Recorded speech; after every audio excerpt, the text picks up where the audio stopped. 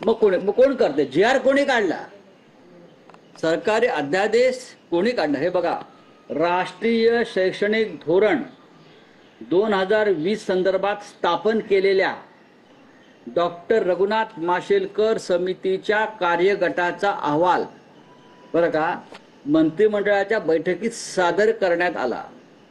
त्यावर त्या धोरणाच्या अंमलबजावणीसाठी मुख्यमंत्र्यांच्या अध्यक्षतेखाली कार्यगट स्थापन करणार असल्याचा निर्णय घ्या. ही छत्रपती शिवाजी महाराजांची भाषा आहे.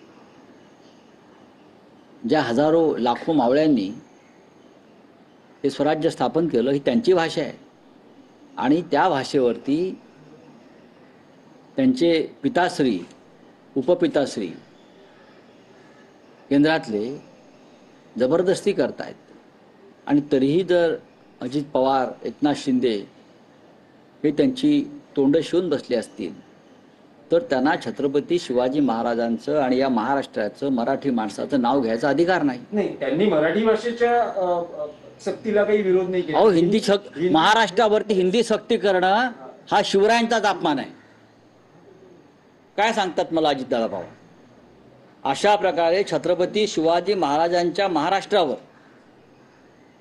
हिंदी लादणं हा अपमान आहे महाराष्ट्राच्या शिवरायांचा. हे त्यांना मान्य आहे की नाही सांगावं त्यांनी. सर, मुंबईतील 1 कोटी जनतेने जर उत्तर भारतीयाला मदत केली तर याचा पुढचा मामला उत्तर भारतीय असेल, असे उत्तर भारतीय विकासाचे सुनील शुक्ला यांनी म्हटलं. नाही, मला माहिती. बोलिये बोलिये. एक मुद्दा अलीकडच्या काळात हा जेव्हा मोर्चा निघतो आहे तेव्हा भाजप